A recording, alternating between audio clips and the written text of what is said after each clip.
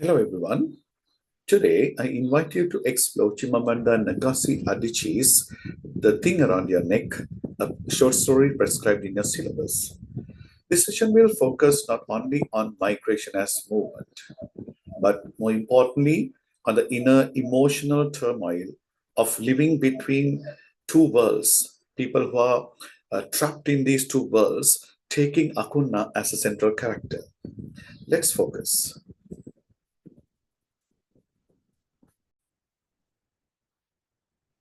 Let's focus on these important terms.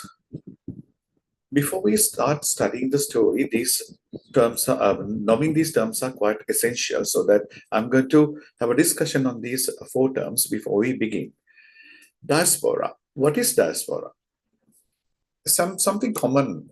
I mean, even in news bulletins, we every day hear the word diaspora. So it refers to the movement of people, maybe from Sri Lanka to another country, from their homeland to another country. Actually, we have two terms like home country and the visited country, often leading to a sense of displacement and divided identity. I visit America, and what is my identity? Am I a Sri Lankan? Am I an American? Sometimes I'm torn between these two settings. So one of the most popular diasporas is Jewish diaspora, which found the dispersal in the time of the Second World War. Then we come to alienation. People call it cultural alienation, psychological alienation. It is a feeling of being isolated or disconnected from people, culture, and even from oneself. You don't have to go to another country to feel alienation. Being in your own territory, you can feel alienation if you really feel that there's kind of incongruity between your world and the other's world. Now I come to another important term, acculturation. What is acculturation? Suppose you go to America.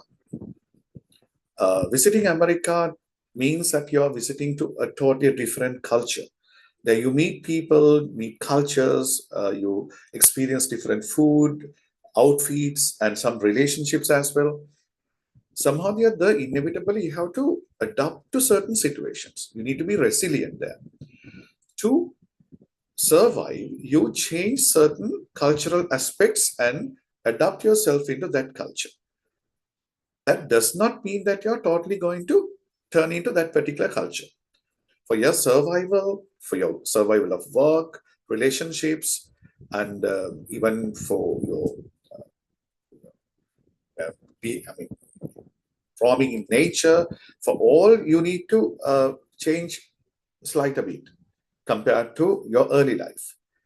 That particular process is called acculturation, which immigrants often meet, always meet, not often actually, often or always they meet that.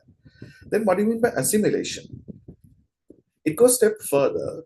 It is when person completely absorbs into new culture. For example, a person goes to America, he meets a totally different culture, so that he attempts to go into that culture and be a part of it. I go to America, I'm not going to be a Sri Lankan anymore. I'm an American, not a Sri Lankan. I totally get into that particular culture, forgetting my root culture. That process is called assimilation. In relation to Akunna, in relation to Mr. and Mrs. Das in Interpret of Melodies, we analyze these four terms. So that is why these terms are important for us. Diaspora, alienation, acculturation, and assimilation.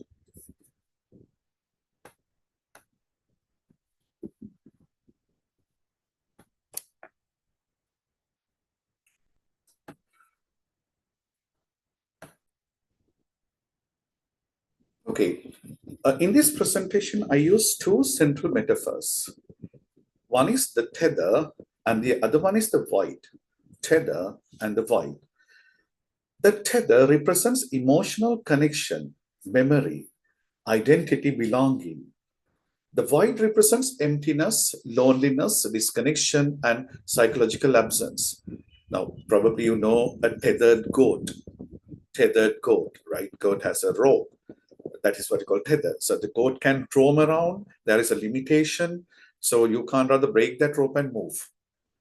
That's a limitation. Connection, maybe tied up by responsibilities, tied up because of your security or something like that. Okay. So void is the emptiness. These are the superficial meanings of these two. So if we move on, we find the deeper meanings in relation to this story. The tether symbolizes everything that rises, or rather ties the individual to the origin, for example, for your culture. When you go to some other stories prescribed in your syllabus, Maggie and Mother, in everyday use, they are tethered to their heritage, to their cultures. So it includes, when you're tethered, it includes the family ties, language ties, memory, culture, and sometimes the identity. Even when physically distant, these connections remain psychologically powerful. Suppose that you go to another country, you're physically away, but still you're connected, you're tethered to those things in your memory. Often you become nostalgic. In the thing around your neck, the protagonist carries Nigeria within her. Even though she moves to America, she carries Nigeria with her. Through memory, food, language, and emotional attachment, often the writer uses very creative, culture-oriented imagery and symbols to show how Akunna is still nostalgic about her memory in Nigeria. She's tethered. The tether gives meaning, but it can also create longing and pain. Okay, you're tied to responsibility, but still it gives kind of desire and pain. Then we turn to the void. In contrast, the void represents emotional emptiness. Okay, a sort of a vacuum. It is a feeling of being unseen, unheard, and sometimes disconnected. Being in Sri Lanka, sometimes I feel void. When I feel that I'm unseen, I'm disconnected from certain cultures, from certain people. In the story, this void symbolized by the thing around your neck. The thing around your neck, a tightening, suffocating sensation that Akunna often meets. It reflects anxiety, loneliness, and the inability to fully belong to the new environment. What is Akunna's new environment? That is America. So that America may be the presentation of the void, symbolization of the void, tether, and the void. Further, these two are quite essential for us to understand the situation of Akunna as a protagonist in the story.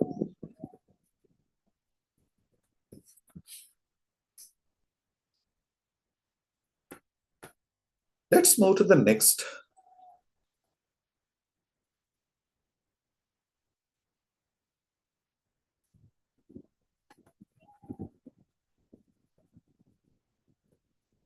Displacement. What do you mean by displacement? It's sometimes not physical. It's not the physical relocation. Okay, it's an emotional fracture. In Adichie's writing, in relation to Akunna, we find a cultural dislocation. She changes her Nigerian culture to American culture. Then she gets emotional isolation. We don't find that much of close relationship. Sometimes, even though that people attempt to get closer to Akunna, her cultural dislocation and emotional isolation do not let her realize that they're coming on a good terms of relationships. Then this creates certain problematic situation, identity negotiation. So that displacement is not just about moving from one place to another. I rephrase. It's also an emotional fracture. The immigrant's experience is marked by cultural dislocation, where familiar customs, social cues, and ways of people that can survive in this foreign culture. Every interaction, every silence, every moment of being out of place becomes part of this delicate balancing act. You can experience that when reading Akunna's story. Akunna's lack of balance after visiting America displays all these, different, all these changes of a personality. It's like between longing for home and adapting to an unfamiliar world. In this way, displacement is both physical journey and moreover, it's almost like a psychological struggle, shaping the self, which ultimately creates a different identity in your personality. It's sort of a process, right? So that visiting to another country will not change the location only. You're relocated, but your psychological landscape too is relocated once you visit to another country. So this is quite nicely presented in Akunna's story.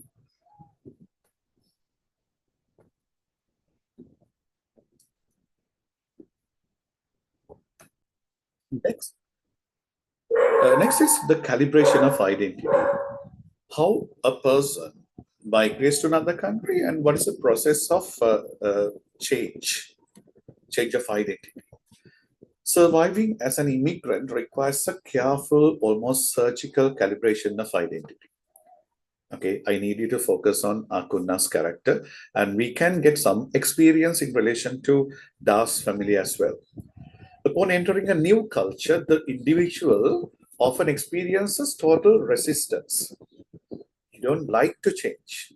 You always, try to keep your own values, your own value system, practices, cultural habits, and so on. You hold tightly to the identity shaped by your homeland. You're reluctant to change, and you don't like to move with the unfamiliar. But over time, you are unable to stay strict like that. You get exposed to the new environment and you initiate acculturation for your survival, right? The immigrant negotiates between the old and the new.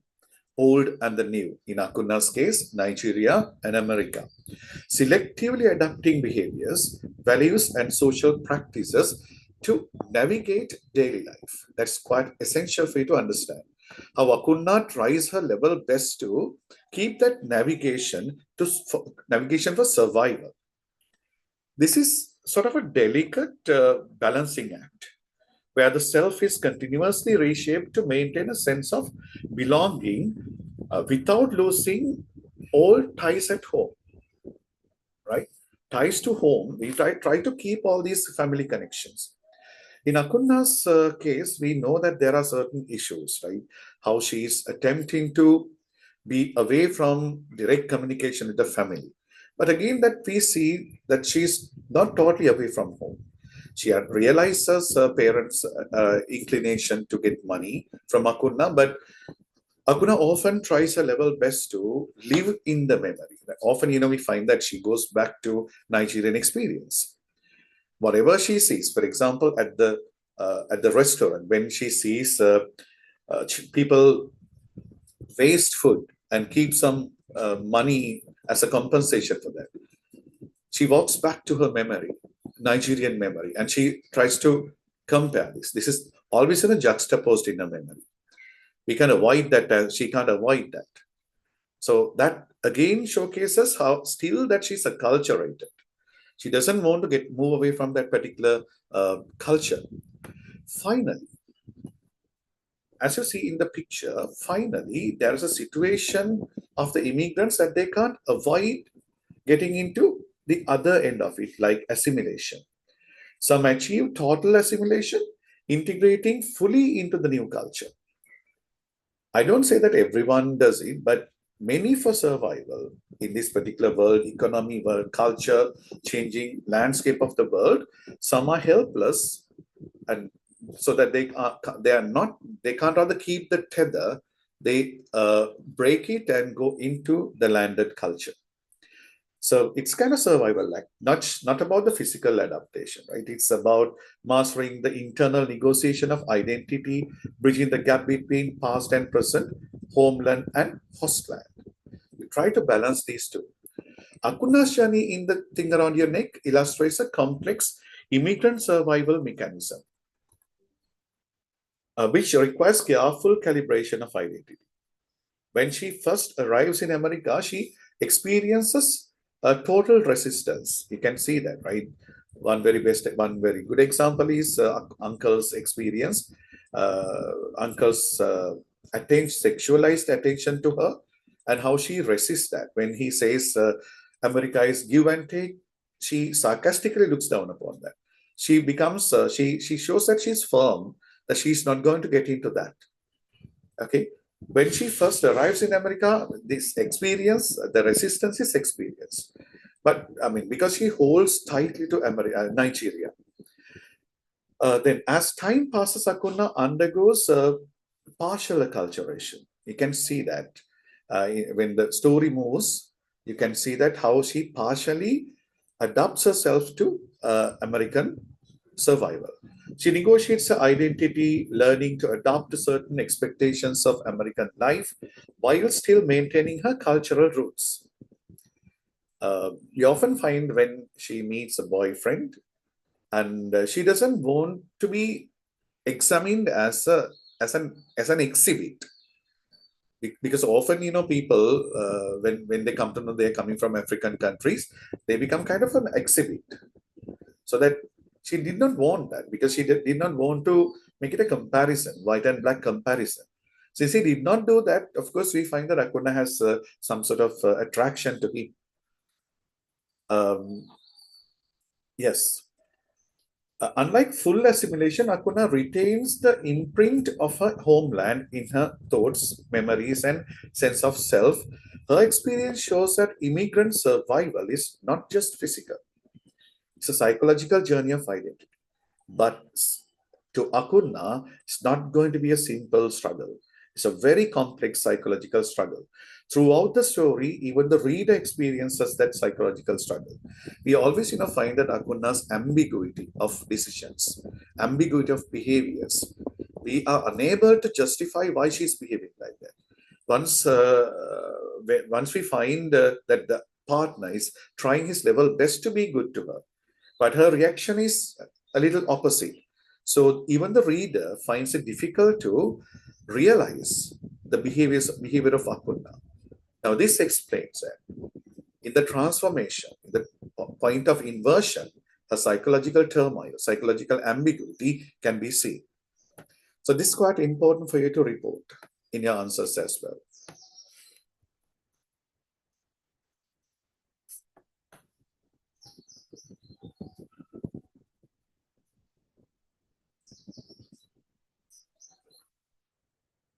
Now I'm going to take you to another very important facet of Akunna's transformation. The zone of in-betweenness. Okay, this in-betweenness takes place because of guilt, tension, and confusion, as I said earlier. Her journey illustrates the psychological complexity of diaspora. She's being uprooted from her homeland, creates a state of permanent psychological suspension. She's kept in that. She's caught in the in-between, experiencing guilt, tension, and confusion. In a home culture, she carries expectations of belonging, okay, including parental pressures to uphold family values, traditions, and the sense of self shaped by Nigeria. We often find that Akunna's migration is not only of her own choice. She was helpless. She was being made help. She was forced to be forced to rather take a decision because of economic hardships. In the host culture, she faces pressures from American society. Okay. Now, her expectation, her emancipation was quite different, but now she has already come into a more difficult situation compared to her Nigerian experience. Rules in America, norms, and subtle judgments that demand survival and adaptation. Sometimes she had an expectation that Americans would not consider these differences, skin color, and some other differences, but she often identifies America still maintains such judgments.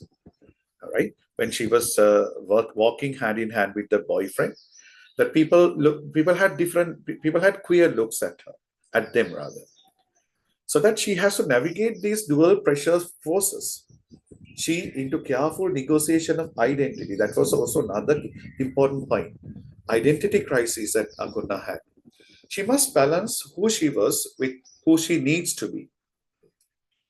Okay, who she was, of course, she has understood, but who she needs to be was some sort of a complex process of this particular phenomenon, zone of in-betweenness. She must balance who she was with who she needs to be. Please focus on that. All right. Diaspora, therefore, is not just physical relocation, right? It gives certain psychological dilemma. Sometimes Akunna gets moral dilemma as well, whether she does something good or bad, like accepting presents. In her country, presents is something useful. Presents are something useful. But here, the term present is something of a souvenir. There is no financial value in that. So sometimes, she feels guilty to accept certain things. She feels guilty to spend money on things like that. So that she gets certain guilt, and sometimes she suffers from that dilemma as well. Akunna is a very good embodiment of this particular in-betweenness. So that is the reason why we can't really write a clear characterization of Akunna, even though we attempt to do that. And Akunna's character is very ambiguous because even the language is very carefully used, very economically used, so that mostly we find the writer does indirect characterization here. Okay, she shows the invisible struggles of the immigrant's psyche. So it's our duty to find out how that psyche is presented in the story.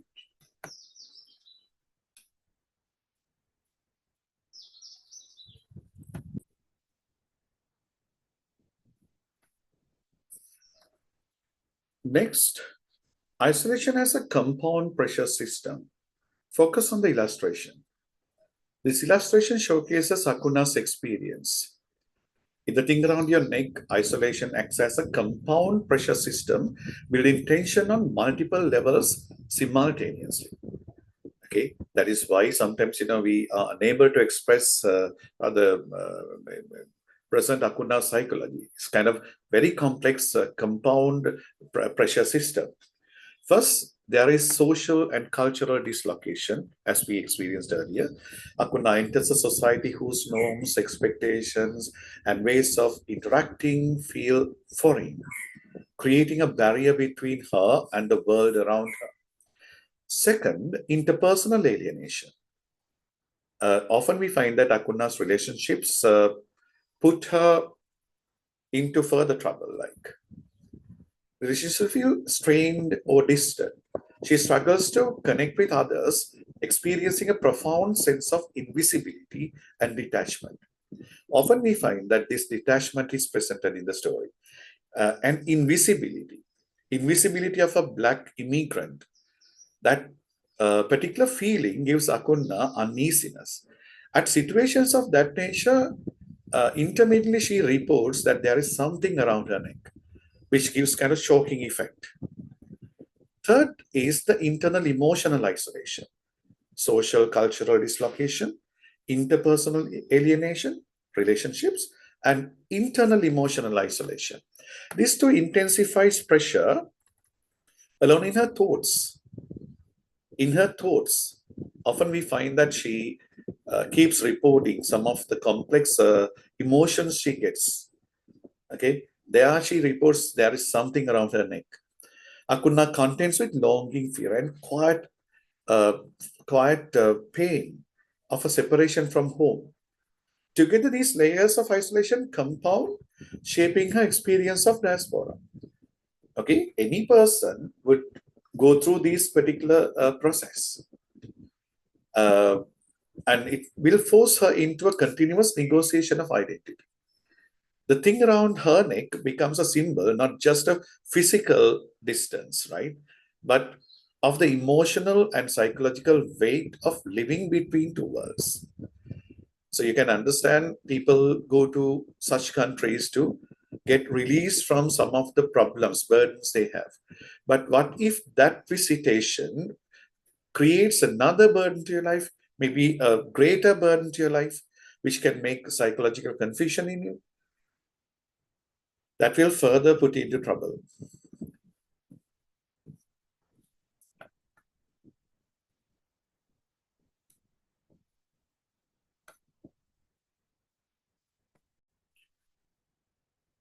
Okay, let's focus on how she narrates this story to the reader. What are the literary and narrative devices that she utilizes to tell the story to the reader? She uses several literary devices and narrative devices uh, to bring Akunna's immigrant experience, the complex immigrant experience, to life and to convey that to the reader in a masterful manner. First, we find symbolism. The title itself is a symbol, the thing around your neck. She actually does not tell what that thing is. It's a thing. It's kind of indefinite. It's kind of right. She's not able to explain that. Even Akunna does not know how to explain that. It's a thing. Like sometimes when we are at a situation of that, if someone asks you, "What's your problem?" I don't know. Something is behind me. Something is behind me. I have something, but I can't explain that. That much I'm in a total confusion. So that this title becomes very symbolic. Uh, it symbolizes loneliness, cultural dislocation, and psychological burden that Akunna feels. For example, she describes it as a psychological, physical weight pressing down on her, reflecting the emotional weight of isolation in a foreign land. Okay, then we go to imagery, which I really love to experience in this story. In many of Akunna's Adichie's stories, I really love her culture-based imagery. I would mention another story like that, that is uh, a private experience, and this one, Half of a Yellow Sun. This become unique because of a use of imagery. She uses vivid sensory details to reflect Akunna's emotional state. So if you start noting down, you can write pages and pages how she expresses her emotion through imagery. When Akunna sits in an empty apartment, can you remember that? How she sometimes gets up in the night and she's not able to find the exit. She bumps onto the walls, the silence, cold walls, and the unfamiliar streets. It creates a sense of alienation that mirrors her internal isolation. And when it comes to Nigeria, she presents Nigeria through her imagery. Almost all the imagery are culture related. Some are actually, some imagery are not known by me. I just had to Google. So writer had sort of didactic purpose as well in presenting those imagery and certain Nigerian experience, because non-Nigerian readers will come to know about Nigeria. And usually those imagery are very warm and homely, which can create some sort of attachment to Akunna's character. So America related imagery, which American related imagery often repels from her, right? This particular tension is shown through imagery as well. And we come to know juxtaposition to create contrast. Story contrasts home, as I said earlier, imagery are contrasted. Concepts, perceptions of people, certain philosophies are juxtaposed to show the contrast. Akunna recalls her family food, social warmth in Nigeria, which makes her loneliness in America even sharper. This highlights the tension between her belonging and her need to survive.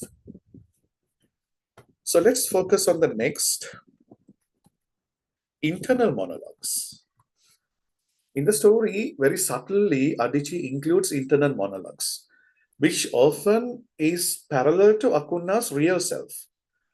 A person who is entrapped in a situation of that nature would go through these internal monologues because her thoughts are not welcome, her ideas are not welcome, her expression is not really expected by others. We often see Akunna's source reflections, such as when she worries about her family back home or thinks about how to navigate American society, so that it exposes her guilt, in-betweenness, and identity negotiation. Sometimes she finds dilemma, and she feels that her expression is not needed at places, especially when she's negotiating with the boyfriend and boyfriend's parents. At certain situations, she stops requesting. Hopefully, you know the visitation of the cottage. She finds that her words are not really welcoming, so that situation, she tries to avoid that particular situation. And the next is economy of language, which is very prominently found in Adichie's story, though the story is not really concise.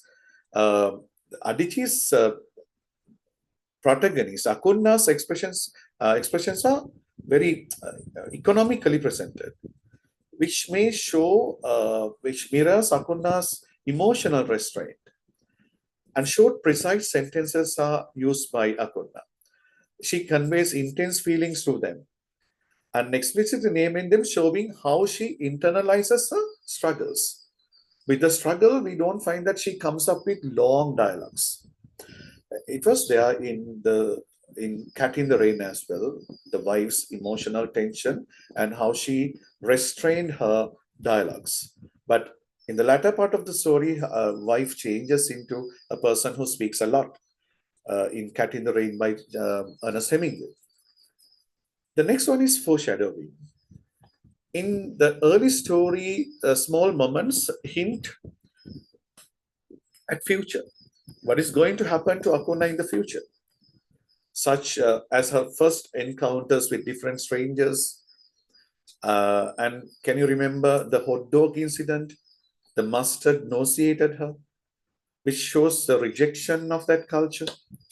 She's not even hot dog is not something strange, but uh, that experience shows that she repels that, she rejects that particular culture.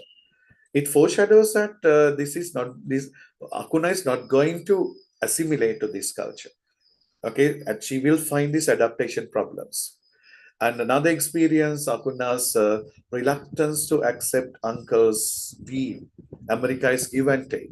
How she moves away from that, taking a risk, showcases that she's going to keep her principles that she has got when she was nurturing in Nigerian culture.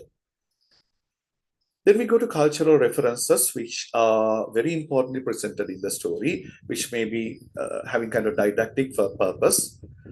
The story frequently references Nigerian traditions, food, family expectations, and behavioral patterns of the family and of the neighbors, and the expectations when someone is going to America, like requesting to bring little things. They don't request them to send a car. Maybe they request them to send a perfume bottle, otherwise a handbag, something little, which will be, I don't know, it is there in Sri Lankan context as well. We really love to show something little, even something little, and say that this is sent by my friend from America. So I don't know, that's sort of a veneration, that sort of, prestige people receive. So these cultural references are very nicely presented in the story. So, and again, it goes to American experience as well.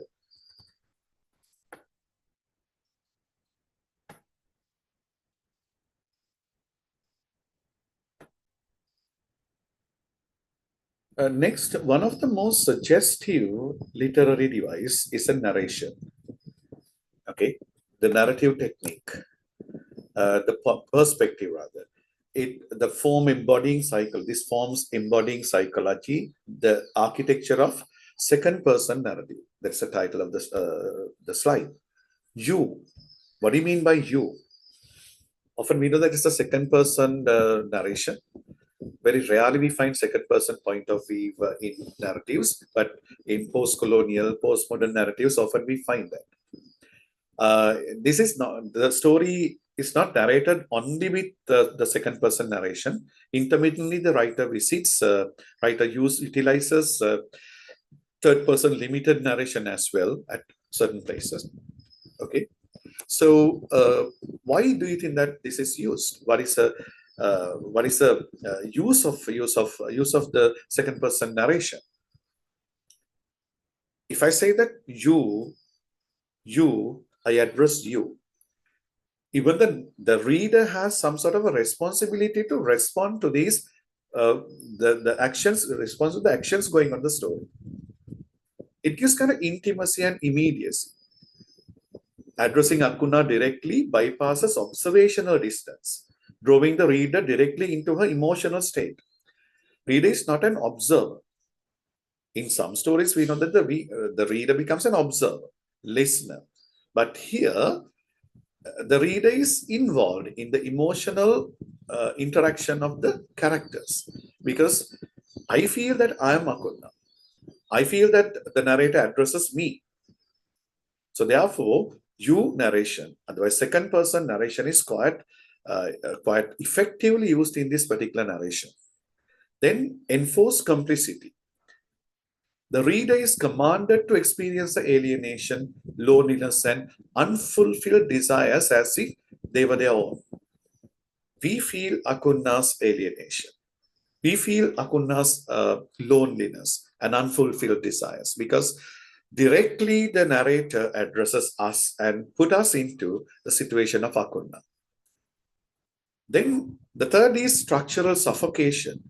The inescapable you mirrors the inescapable thing around your neck. The reader is made to physically wear the metaphor. Okay, it's not Akunna who is wearing the thing around her neck. It is you wearing the thing around your neck. It gives kind of immediate experience to the reader, which actually finds a practical solution for readers who just superficially read the stories. This particular narration is there in some informational advertisements as well. Just for example, did you get the injection? When the narrator addresses us through the television screen, we feel like we are responsible to think about that. Sometimes we feel like rather reacting to that, communicating with the person. So that immediacy is very important. So I feel out of all, the second person narration is very creatively, effectively used in the story.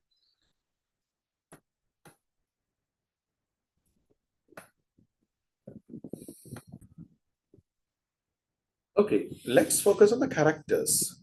I've been talking about Akunna at length.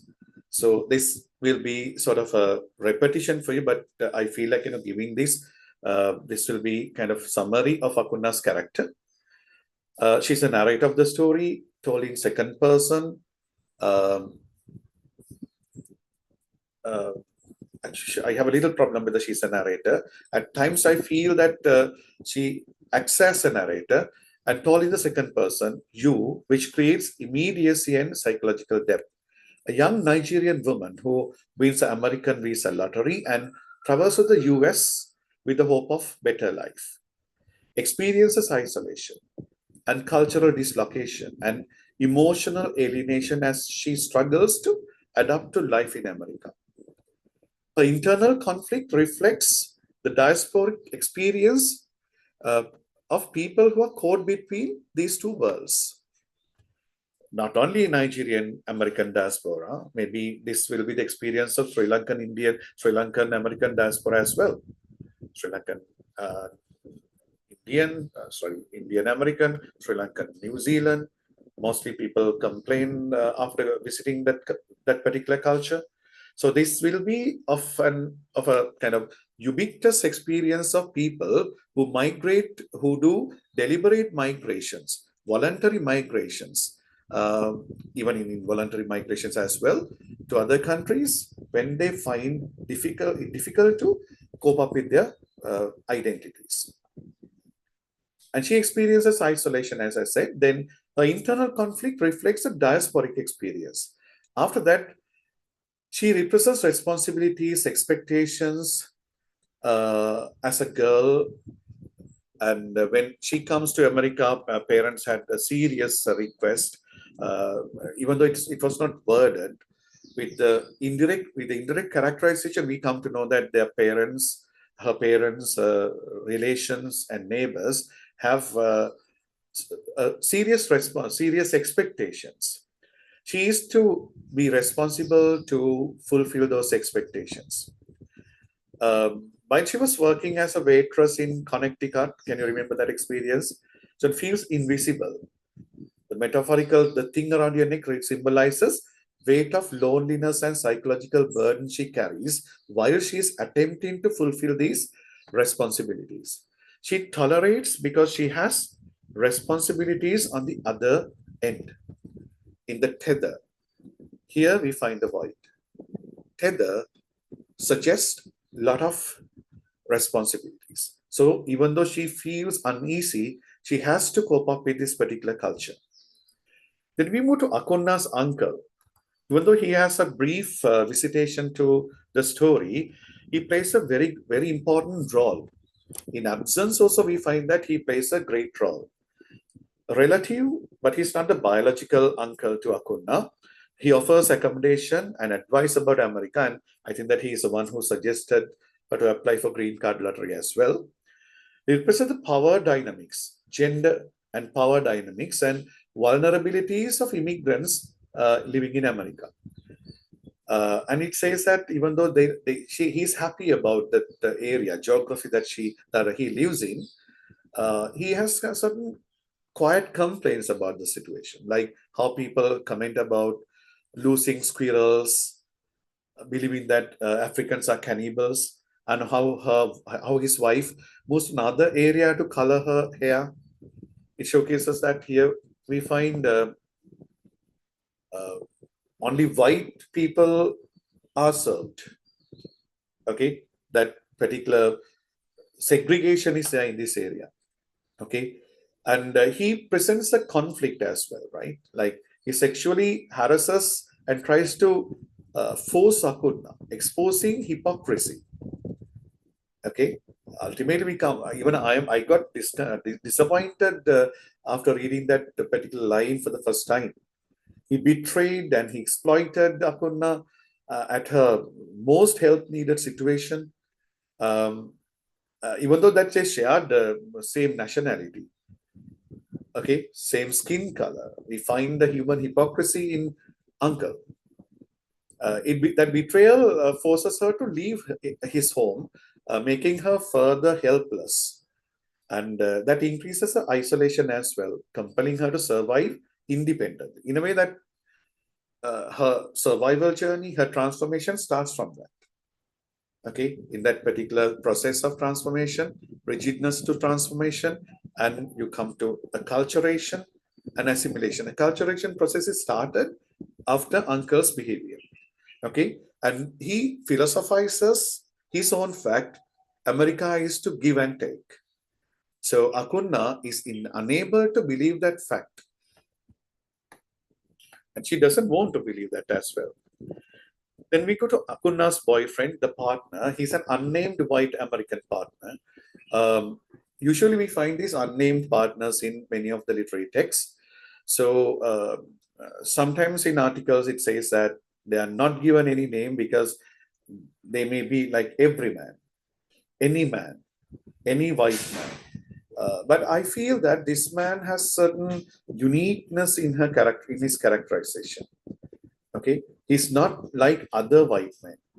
But Akunna often believes that he's also like another white man, but she realizes later that he has certain differences, right? He's young, affluent, white American man, a white American man who's educated and he's in the study of human cultures, kind, attentive. He offers emotional connection, which is most needed to Akunna at this time, and sometimes material comfort as well. Okay, in contrast to her uncle, we find the character foil in Akunna's boyfriend. He gives security as well, and he gives acceptance to Akunna. Sense of importance is also given, right? So even though there's a class and cultural gap, he tries to minimize that, telling that I know that culture, I value that culture, I have studied that culture. Not only that, he conveys that he went to India as well, and he feels that every human being is a human being. Like, okay, Um, Sometimes, we find they argue over assumptions, such as when a writer assumes they are not a couple. Sorry, not a writer, a waiter. There's a waiter, right? Waiter assumes that they cannot be a couple because they are white and black. When he eats a Nigerian food and vomits, okay, uh, these sections sometimes showcase a limitation of understanding. We all know that even in Sri Lanka, two people marry during the first few years, like we find this particular mismatch. Marriage is almost like two people used to live in two different cultures, maybe in the same Sri Lanka, uh, get into one culture, get into one particular entity called home. You may find a lot of mismatches. Despite his empathy and gifts, he cannot fully alleviate her emotional isolation and cultural displacement. He's trying to show, he's trying to minimize her isolation and cultural displacement, taking her to an African shop, talking about her own country appreciatively.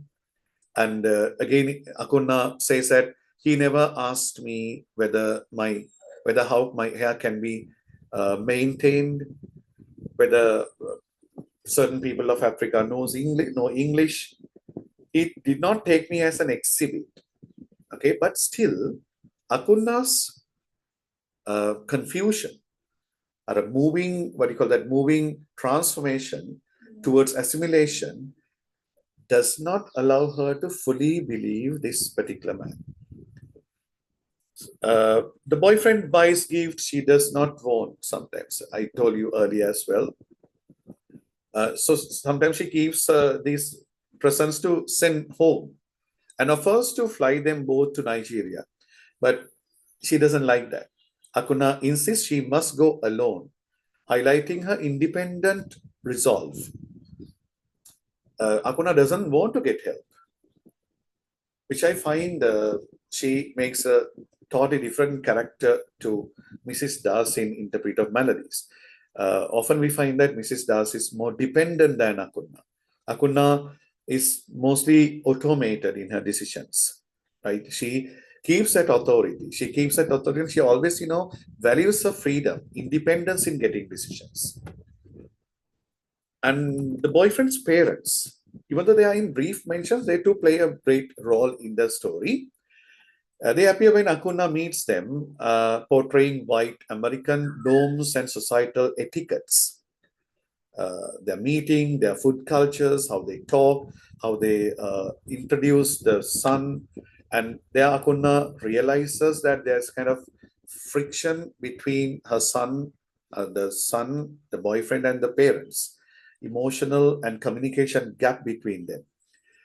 They're polite, welcoming, and most importantly, she's not exoticized or fantasized as a black person, okay, which gives Akunna some comfort. Yet this encounter still does not fully resolve her sense of difference or belonging. This is the problem which we find in Akunna. Then we come to the next, Akunna's family in Nigeria. Often we find that particular set of people, those people are presented through Akunna's memories and letters. We don't find that the writer doesn't live with those characters, right? So Akunna's nostalgia, sometimes flashbacks through memories and letters only that we can read about Akunna's family in Nigeria. It mentions directly through memories and in correspondence, please note down that, represents a home, culture, expectations of success, duty and belonging. Okay, it presents home culture, expectations of people, how they believe in success, how they believe in duty and belonging. Many in Nigeria believe going to America means achieving everything, which Akunna is in the otherwise now. Akunna believes the otherwise. So there's kind of emotional distance in them, right? we find writing letters, like Akunna sends money without writing letters. And again, for a long time, like the Akunna doesn't attempt to share emotions with the family, information with the family. It can have two different ideas. Like she doesn't want to write anything because she believes that the family wants the duty, the responsibility to be fulfilled. On the other hand, Akunna has nothing to write. If she writes, she has to write her pain. She writes of her pain only, suffering only, okay, her dilemma only. So maybe that she doesn't write, she sends money only. We often do that, right? Sometimes when we are struggling with our emotions, we try to, in my case, I try my level best to keep it for me.